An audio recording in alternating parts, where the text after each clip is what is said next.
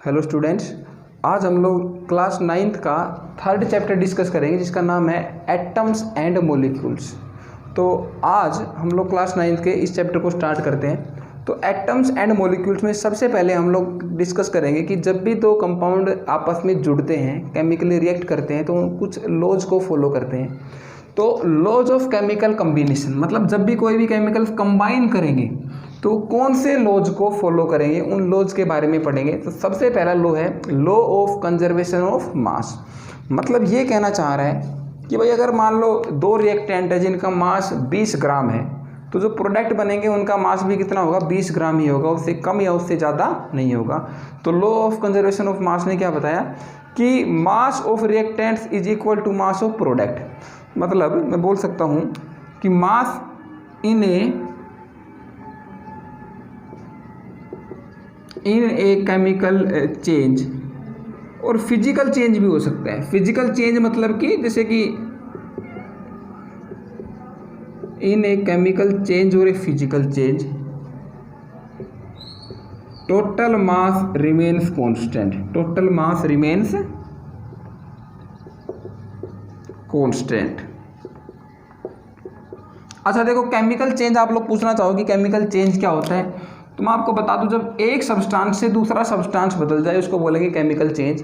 जैसे मान लो कभी भी hydrogen gas plus oxygen gas मिलके वाटर बना ले H2O, इसको बैलेंस करते हैं, तो ये दो केमिकल्स मिलके नया केमिकल बन गया, मतलब केमिकल चेंज। और कभी मान लो H2O जो है वो आइस से किस में कन्वर्ट हो जाए, H2O लिक्विड वाटर के अंदर, तो यहाँ पे कोई नया केमिकल नहीं बना है। यहाँ पे कोई नया केमिकल नहीं बना है, यहाँ पे सिर्फ सब्सटेंस की फिजिकल स्टेट चेंज हुई है, आइस से लिक्विड में, मतलब सॉलिड से लिक्विड में कन्वर्ट हो गया। तो ये तो हो गया फिजिकल चेंज। ये तो क्या है भाई, फिजिकल चेंज। और जहाँ पे नया कंपाउंड बन जाए ये क्या होता है, केमिकल चेंज।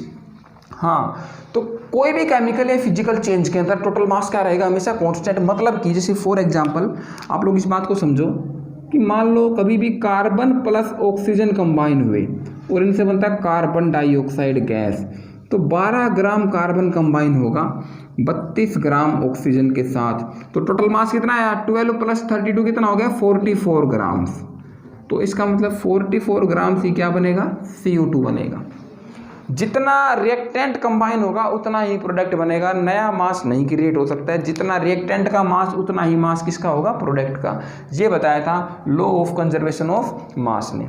नेक्स्ट है लॉ ऑफ डेफिनेट प्रोपोर्शंस। उसने क्या बताया था कि किसी भी कंपाउंड के अंदर जैसे दो एलिमेंट अगर कंबाइन हो रहे हैं, दो चीज़ें अगर कंबाइन हो रही है, तो उनकी मासेज की रेशो क्या रहेगी, कॉन्स्टेंट रहेगी, या बोलेंगे हम लोग डेफिनेट रहेगी। तो उसने बोला, मैं आपको बताता हूँ धीरे धीरे इसको। उसने बोला कि when compound is formed,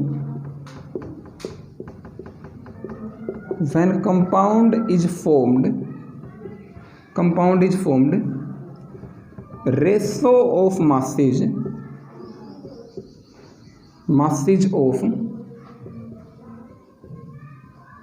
of elements combining remains constant, remains definite, या फिर इसको बोल सकते हैं कांस्टेंट।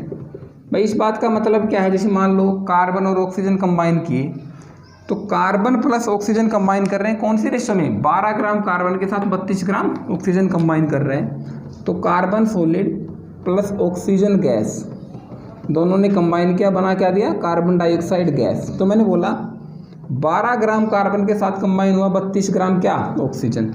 इनकी रेशो निकालो सिंपलेस्ट, तो 4 से कैंसिल हो जाएंगे, दोनों 4 से कैंसिल हो जाएंगे, तो रेशो क्या आएगी, 3:8। हाँ, तो 3:8 में कार्बन और ऑक्सीजन कंबाइन हो रहे हैं क्या बनाने के लिए, CO2।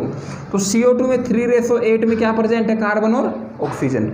3 ग्राम कार्बन के लिए 8 ग्राम ऑक्सीजन, या 12 ग्राम कार्बन के लिए 32 ग्राम ऑक्सीजन। तो ये रेशो हमेशा फिक्स रहेगी। आप लोगों ने कार्बन डाइऑक्साइड चाहे कहीं से भी ली हो, चाहे उसके सोर्सेज अलग अलग हो, लेकिन अगर वो CO2 है तो उसकी रेशो क्या रहेगी, फिक्स रहेगी 3:8। मैं एक और एग्जांपल आप लोगों को करके दिखाता हूँ। सपोज करता हूँ मैंने H2O बनाया, तो H2O देखो किस तरीके से फॉर्म होता है, hydrogen gas plus oxygen gas, it will form H2O gas. तो अब यहाँ पे हाइड्रोजन का कितना मास कंबाइन होता है 2 ग्राम्स, और ऑक्सीजन का कितना मास कंबाइन होता है 32 ग्राम। तो यहाँ पे 1 रेशो और कितना हो गया 16 हो गया, 1:16। तो इसका मतलब ये है, एक मिनट इसको बैलेंस कर देता हूँ मैं, सॉरी बैलेंस नहीं है इक्वेशन, अभी बैलेंस करना ज़रूरी है इक्वेशन को। ये इक्वेशन अब बैलेंस हो चुकी है। तो अब देखो बैलेंस करने के बाद 4 ग्राम हाइड्रोजन के साथ ये कितना कंबाइन हुआ 32 ग्राम ऑक्सीजन। मतलब अगर मैं रेशो निकालूँ तो 1 रेशो क्या आएगा 8। मतलब H2O के अंदर हाइड्रोजन और ऑक्सीजन की रेशो क्या है 1:8। ये मास की रेशो है, 1 ग्राम और 8 ग्राम। ये किसकी रेशो है, ये मास की रेशो है। तो देखो मैं क्या कहना चाहता हूँ कि जब भी H2O बनेगा तो उसमें हाइड्रोजन 1 ग्राम होगा तो ऑक्सीजन कितने ग्राम होगा 8 ग्राम होगा। ये बिल्कुल फिक्स है, 1:8 में ही दोनों कंबाइन होंगे। और अगर ये रेशो चेंज हो गई तो कंपाउंड भी क्या हो जाएगा, चेंज हो जाएगा। तो चाहे आप लोगों ने पानी जो है नल से लिया हो, चाहे नदी से लिया हो या समंदर से लिया हो, मतलब वाटर, या आपने केमिकली वाटर बनाया हो इस केमिकल रिएक्शन से, मतलब वाटर आपने कैसे भी बनाया है, उसके अंदर हाइड्रोजन और ऑक्सीजन के मासेज की रेशो क्या रहेगी हमेशा कांस्टेंट।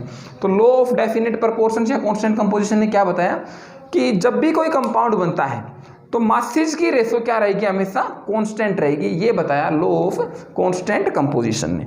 अच्छा, इसके बाद नेक्स्ट है लॉ ऑफ, इसको मैं रब कर देता हूँ, लॉ ऑफ कंजर्वेशन ऑफ मास को आप लोग इसको नोट कर लो।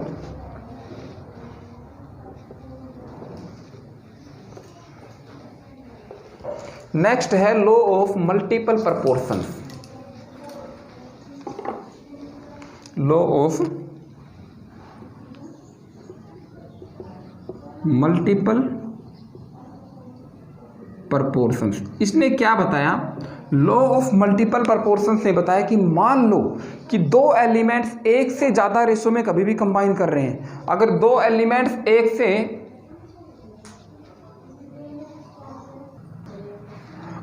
एलिमेंट्स एक से ज़्यादा रेशो में कंबाइन करेंगे तो 2 नए कंपाउंड बनेंगे। आप लोग इस चीज़ को समझो एक बार ध्यान से, मैं आपको समझाता हूँ कि सपोज करता हूँ मेरे पास हाइड्रोजन और ऑक्सीजन कंबाइन कर रहे हैं 2 अलग अलग रेशोज में, जैसे कि H2 gas plus O2 gas combine हो, इन्होंने बता दिया H2O। इसको बैलेंस करता हूँ तो यहाँ पे जो रेशो आई वो क्या रेशो आएगी, यहाँ पे मैंने बताया था कि ये 4 ग्राम कंबाइन करेगा 32 ग्राम के साथ, तो ये 1:8 बन जाएगा अल्टीमेटली। ओके, अगर इनकी ये रेशो चेंज हो जाएगी, hydrogen gas plus oxygen gas combine हुए और इन्होंने बना दिया H2O2, तो यहाँ पे 2 ग्राम हाइड्रोजन कंबाइन हो रही है किसके साथ, 2 ग्राम हाइड्रोजन कंबाइन हुई 32 ग्राम ऑक्सीजन के साथ, तो रेशो क्या हो गई 1:16। तो आप लोग देखो कि मैंने रेशो को चेंज कर दिया। ऊपर वाले कंपाउंड में 1:8 में कंबाइन हो रहे थे और नीचे वाले कंपाउंड में 1:16 में।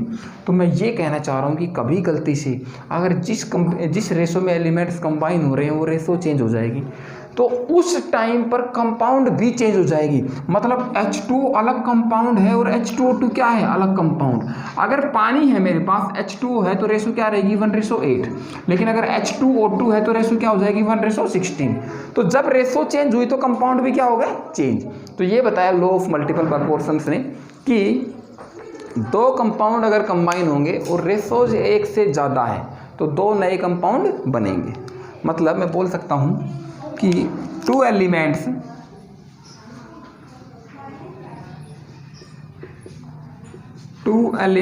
combine in more than one ratio,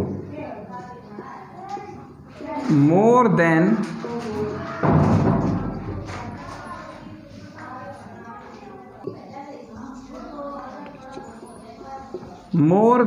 one compound is formed. कि रेशो अगर 1 से ज़्यादा होगी तो 1 से ज़्यादा कंपाउंड बनेंगे।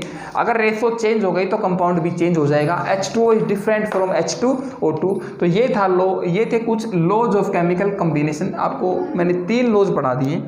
अब नेक्स्ट है डाल्टन्स एटॉमिक थ्योरी, जिसको हम लोग नेक्स्ट क्लास में पढ़ेंगे। Okay, thank you.